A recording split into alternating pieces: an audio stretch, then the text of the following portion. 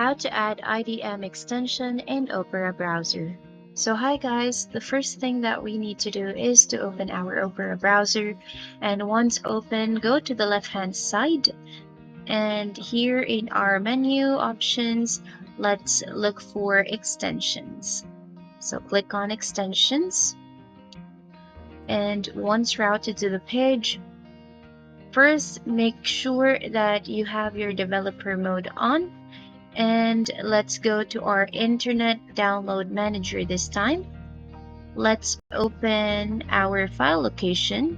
Just simply right click and open file location.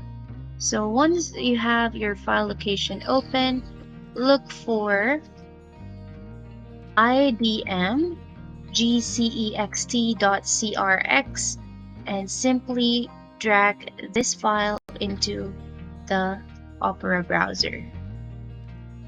Now you can see here IDM integration module.